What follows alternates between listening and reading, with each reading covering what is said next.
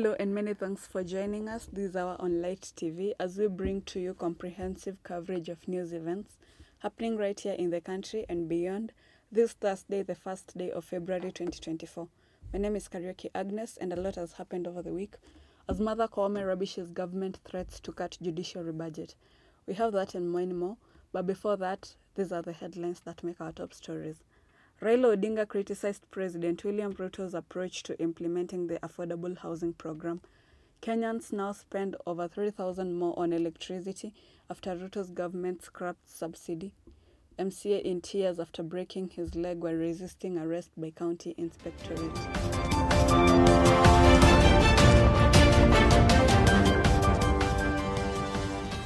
Welcome to the broadcast. Raila Odinga has once again taken on President William Ruto on the contested affordable housing program, which saw the introduction of housing levy deductions from Kenyan employees. Two courts have issued verdicts declaring the mandatory housing levy deductions unconstitutional, but Ruto vowed to go on with the project. Speaking at the Party of National Unity PNU in Westlands during the launch of the national member recruitment drive on Wednesday, Raila said it was unfair to force individuals who would not get houses to pay the levy.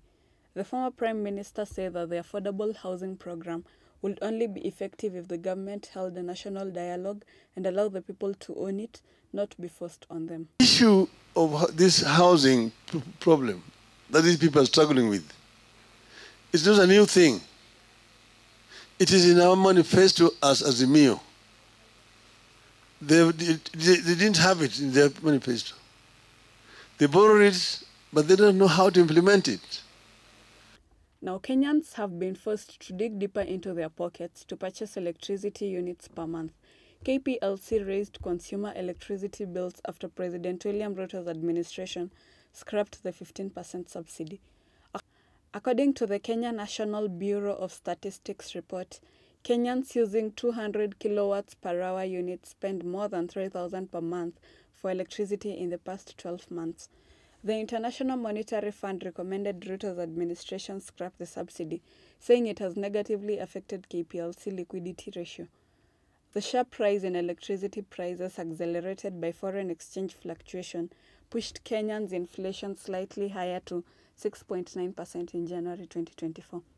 KNBS reported that the cost of electricity soared by 13%, that is 50 kilowatts, exercise books 3.5%, and private tuition primary 3.5%.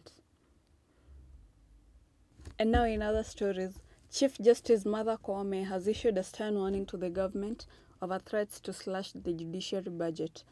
Koome asserted that the merits of cases are determined according to the pieces of evidence presented before the judges. She further stated that the decision-making process of the judiciary will remain independent.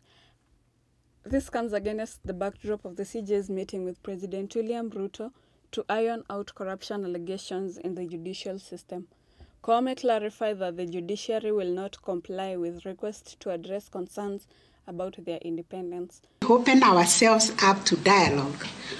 One thing we will not open ourselves to is our decision-making independence. We will never discuss the merit of a case. That will be determined by the judge based on the evidence, based on the law, and based on their own understanding of whatever has been presented to the court. And if that decision turns out to be erroneous and not to be acceptable to any party, they should appeal to the Court of Appeal or whatever mechanism has been set by the law. Teachers and parents at Kaptumo Primary School in Kabarnet, Baringo County have staged a protest demanding a junior secondary school section. On Wednesday, learning activities were paralyzed as the parents demanded answers as to why the Ministry of Education had yet to establish a section for JSS. The protesting teachers vowed to paralyze the learning activities at the school until the Ministry of Education allocated them the JSS students. According to the teachers, the school had yet to receive any grade 7 and 8 students, despite being duly registered by the ministry. And now in another story, Kalama Ward MCA Boniface Maeke had been left writhing in pain after a scuffle with law enforcers. On Wednesday, Maeke went to the Machakos law courts in solidarity with his Masii Vulia counterpart, Douglas Musyoka. Musyoka had been arrested on allegations of building his homestead contrary to the county government regulations. The drama ensued at the court when county inspectorate officers tried to arrest him. Watu waine wakinieka kwa gari ya private. Hiyo kubwa yao ikakuja wakanishika, then hii mguu sasa sijui kama imevunjika ama ni nini, wakanieka chini ya gari karibu wanikanyage. So mimi sielewi nini inaendelea, wamerarua nguo. Ni aibu sana na ni shida sana na nashangaa sana na sijui niseme nini. That's all we had from our news desk today. Thank you very much for joining us. I've been your host, Agnes Kariuki. Until next time, have a good day.